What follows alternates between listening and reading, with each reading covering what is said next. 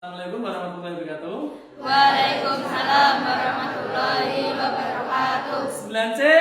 Siap, siap, siap. 9C. Semangat, semangat, semangat. 9C. Pasti bisa, pasti bisa, pasti bisa. Oke, pada pagi hari ini kita akan belajar tentang apa, Nak? Pertumbuhan dan perkembangan makhluk hidup. Nah, pertumbuhan dan perkembangan makhluk Hidup. Pada pertemuan kali ini, karena pertumbuhan dan perkembangan makhluk hidup itu ada banyak yang akan kita kupas nanti. Makhluk hidup berarti ada apa saja? Manusia, hewan, tumbuhan. Untuk indikator yang pertama, kita nanti akan bahas tentang pertumbuhan dan perkembangan pada manusia. Siap? Siap. Oke. Tujuan pembelajaran kita, coba dibaca bareng-bareng yang pertama. Menjelaskan pengertian pertumbuhan dan perkembangan manusia. Yang kedua, Mengidentifikasi pertumbuhan dan perkembangan pada manusia mulai dari pra hingga lanjut. nah, nanti kita belajar mulai dari tahap pra atau calon bayi hingga tahap lanjut. Yang ketiga apa? Menyebutkan faktor-faktor yang mempengaruhi pertumbuhan dan perkembangan. Oke, sebelum kita mempelajari materi ini dengan tujuan ini, lalu ada pertanyaan buat kalian. Oke, ayo diskusi. Pertanyaan pertama, menurutmu adakah perbedaan dirimu saat SD dengan saat ini? Ketika kamu SD sampai sekarang ini, kira-kira ada perbedaannya nggak? Ada yang tahu? Ada yang bisa menjelaskan? Ya, silakan. Menurut saya memiliki perbedaan pertumbuhan saat SD dengan SMP. Misalnya dulu saya SD kecil, Imut, iut, Yud, ya, oke. Sekarang? sekarang besar. Oh, sekarang besar? Enggak juga. Sekarang, oke. Terus lagi? Ada lagi nggak? Dulu? Saya belum paham membaca, sekarang bisa membaca dan menulis. Oke. Tepuk tangannya mana?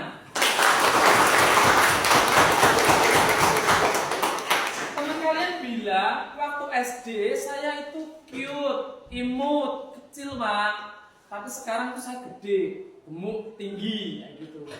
Kemudian dia bilang juga, Pak, waktu SD itu saya belum bisa membaca lancar, tapi sekarang membaca saya lancar. Sekarang dulu nggak bisa handphone, sekarang bisa handphone.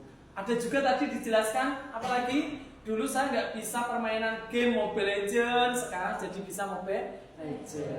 Coba pertanyaan kedua, apa yang kamu pahami tentang pertumbuhan dan perkembangan?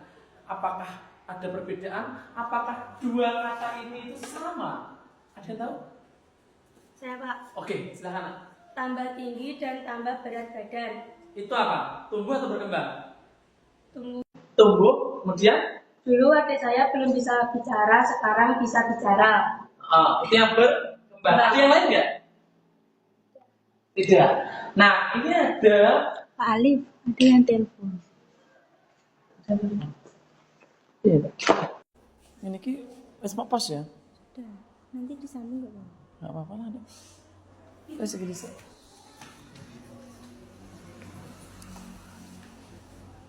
Oke. Nah, temanmu tadi sudah bilang, Pak, pertumbuhan itu tambah tinggi, tambah berat. Kemudian adik saya ada yang dulu bicaranya masih sepatah dua patah, sekarang adik saya sudah bicara lancar. Nah, berarti dia sudah mulai membedakan. Yang tumbuh berarti tambah tinggi, yang berkembang berarti tambah pintar. Coba akan kita perjelas. Nah, indikator pertama kan kita belajar tentang pertumbuhan dan perkembangan pada manusia. Ini pertumbuhan itu adalah proses bertambahnya ukuran fisik pada makhluk hidup. Sebagai contoh apa?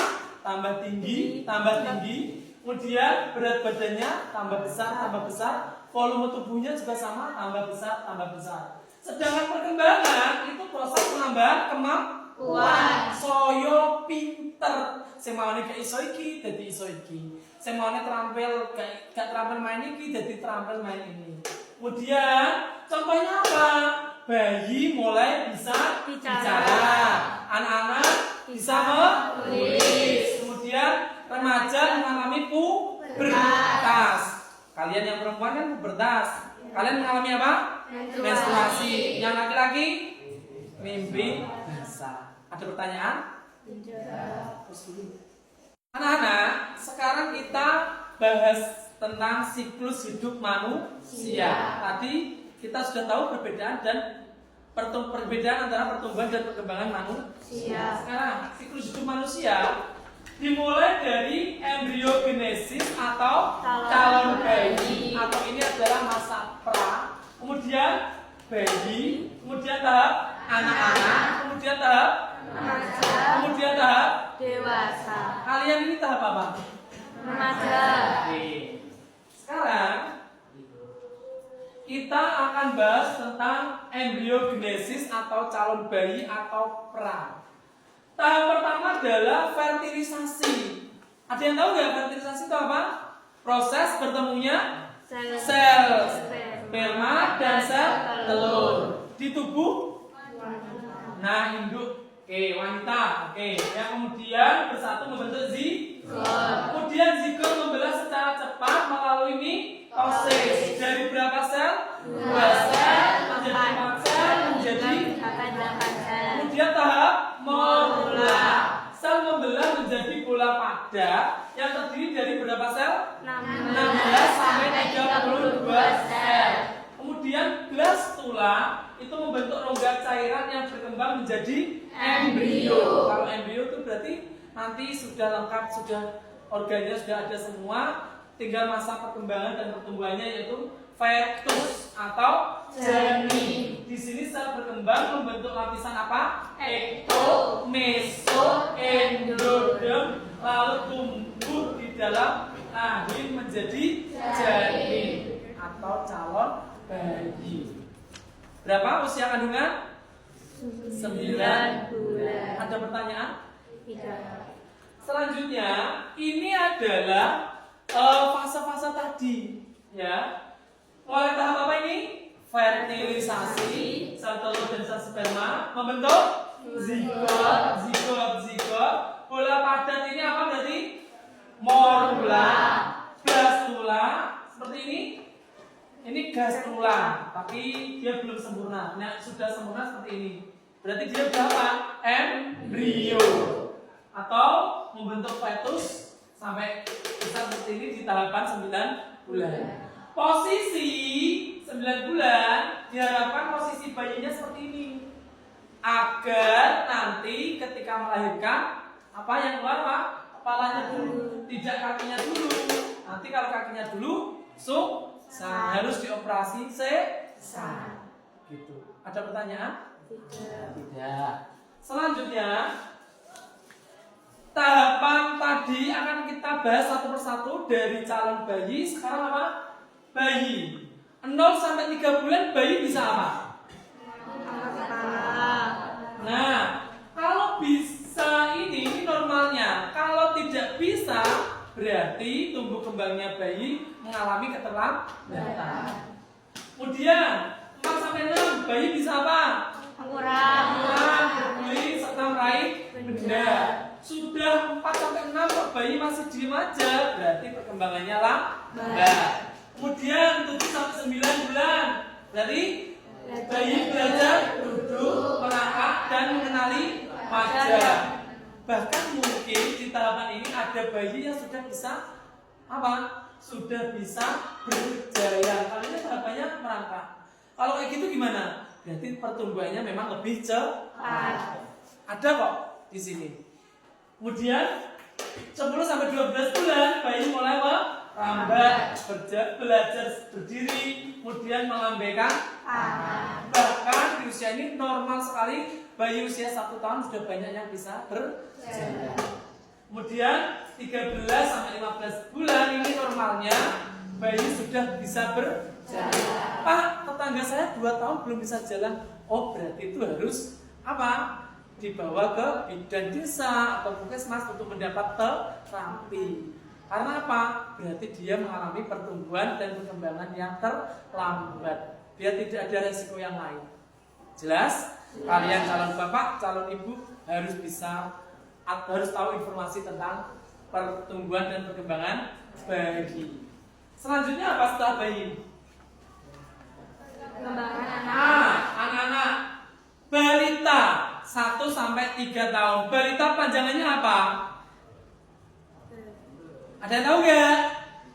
Bayi di bawah 5 tahun, 1-4 tahun lah.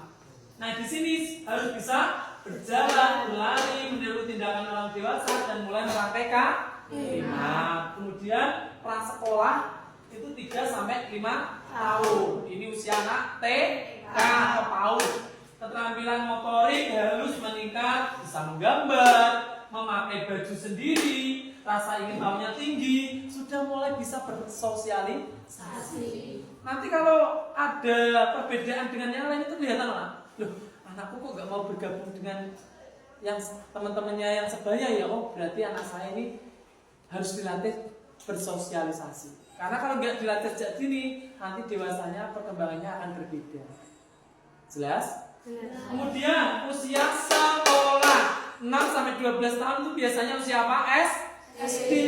Harus bisa mengembangkan kemampuan logika, sudah bisa menyelesaikan masalah, sudah bisa pembentukan identitas diri.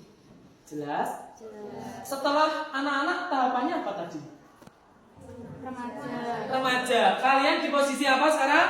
Remaja atau pubertas. Pada tahapan ini adalah proses percepatan pertumbuhan atau pematangan organ reproduksi disertai perubahan hormonal yang memicu perubahan fisik. Kalian merasa ada perubahan fisik nggak? Itu karena pengaruh hormonal. Mungkin yang laki-laki ada jakunnya, tumbuh brengosnya, tumbuh janggut, ya enggak? Yang perempuan apa? Payudaranya membesar, pinggulnya membesar, ya enggak? Mengalami menstruasi. Yang laki-laki tadi mengalami apa? Ada yang mimpi basah. Nah ini perbedaan utamanya seperti itu. Ada pertanyaan? Tidak. Ini sudah kalian alami semua? Berarti semua sudah melewati masa anak-anak. Berarti kalian ini masa remaja atau pubertas. Jelas? Oke. Selanjutnya masa mana?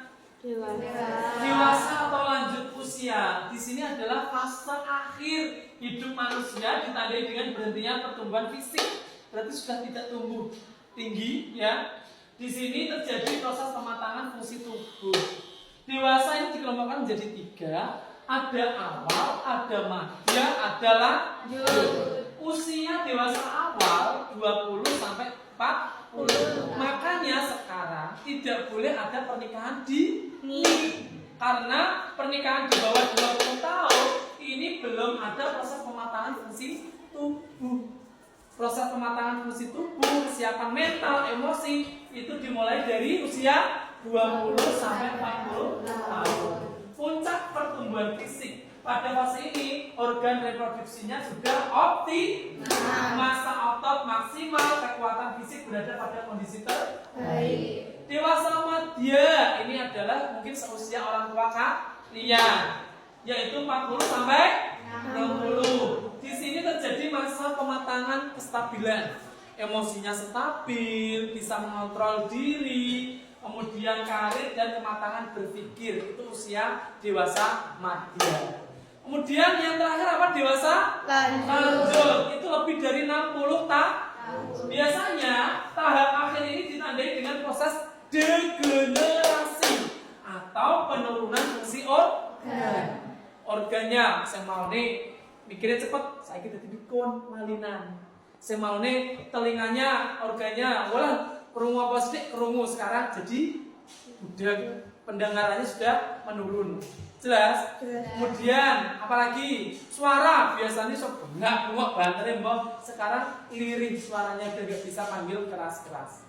Jelas? Biasanya aktivitas fisik lari-lari, wala bisa jogging berapa kilo, bisa lari berapa kilo, sekarang sudah menurun semua. Jelas kan? Ingat, dewasa dibedakan menjadi berapa? Tiga. Yang pertama? Dewasa asal. Yang kedua? Dewasa manjira. Yang terakhir? Dewasa lanjut. Paham? Paham. Ada pertanyaan?